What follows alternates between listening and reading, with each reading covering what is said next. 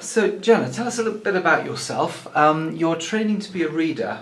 What year are you in? Can you just explain about that?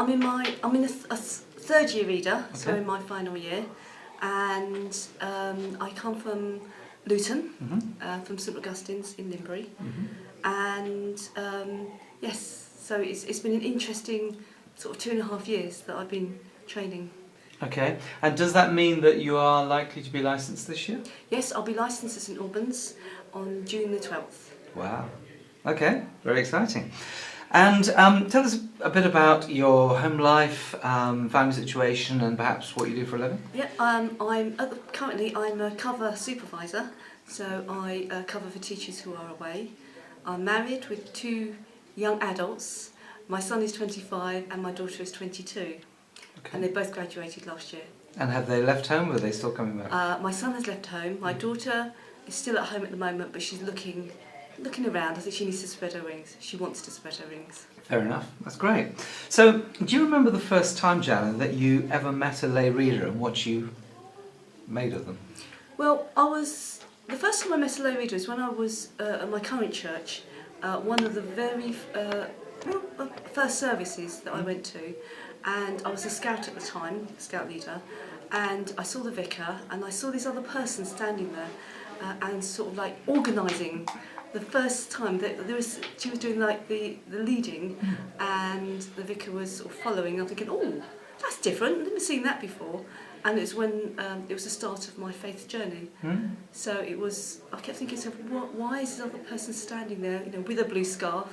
And I'm thinking, it was interesting at the time. I didn't really quite cotton on to what she was doing. Okay. But yes, it's And what made you want to become a reader? for years. I've always had a feeling that God was calling me to do something, but I didn't know what. And I run from things. So this voice was telling me you should do this training or look forward to challenges, but I just kept running in the other direction. And God finally caught up with me about 5 years ago. Okay. And what would you say you've gained from doing the 3 years training? I have gained so much. I've learnt a lot about myself, and I've learnt a lot about the history, and also pastoral care is really important, and all the different modules that we've been doing, multicultural.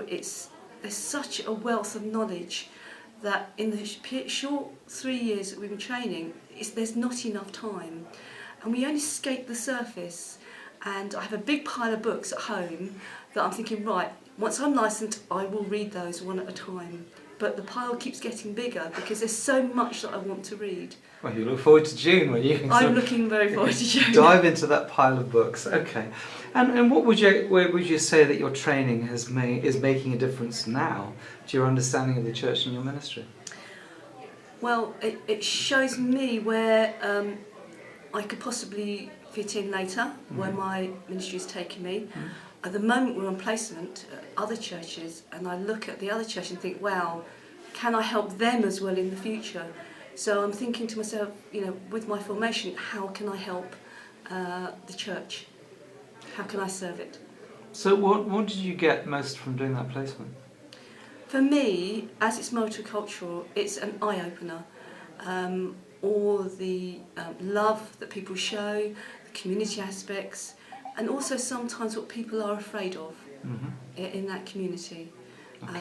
But it's been a real interesting placement. I can see that. And what are you looking forward to doing when you're licensed? I'm looking to actually serve God as best as I can, and which any way I can. And for me, I've been really enthused that that's what the course has done for me. I've looked at myself and thinking, right, I'm ready. I want to serve God in whichever way. I'm ready to be really flexible, get my hands dirty, so to speak. So have you sat down with your vicar? Have you got any idea what plans your vicar might have for you?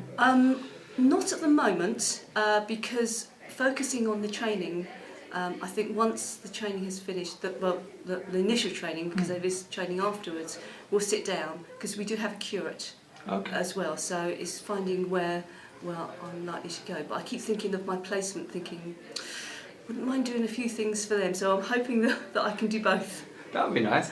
And have you? I mean, I asked you about the first reader you saw. Have you become more aware of readers round about you? You know, do you see much of other readers or not? Yes. Now we do have meetings with readers in my parish, in our area. So I'm more aware of a lot of readers, and of course, you do feel you can. I'm hoping I get a feel for who readers are, and we're just ordinary people because you can usually spot a reader, hopefully. So what are the signs of a reader? Give me your top tips. Well, I feel as a reader in training that we're sort of more closer to the congregation, and we sort of speak at their level perhaps, and I hope that it's just the ordinariness. We're just ordinary people. We haven't been to there's a way we speak as well, an everyday sort of language. I even get confused with sometimes some of the things that people say on the course, and I'm thinking, I really don't understand that. But when I've looked at it, I'm thinking, it's that, in everyday language. For me, that's what it is. Thank you very much indeed. Thank you.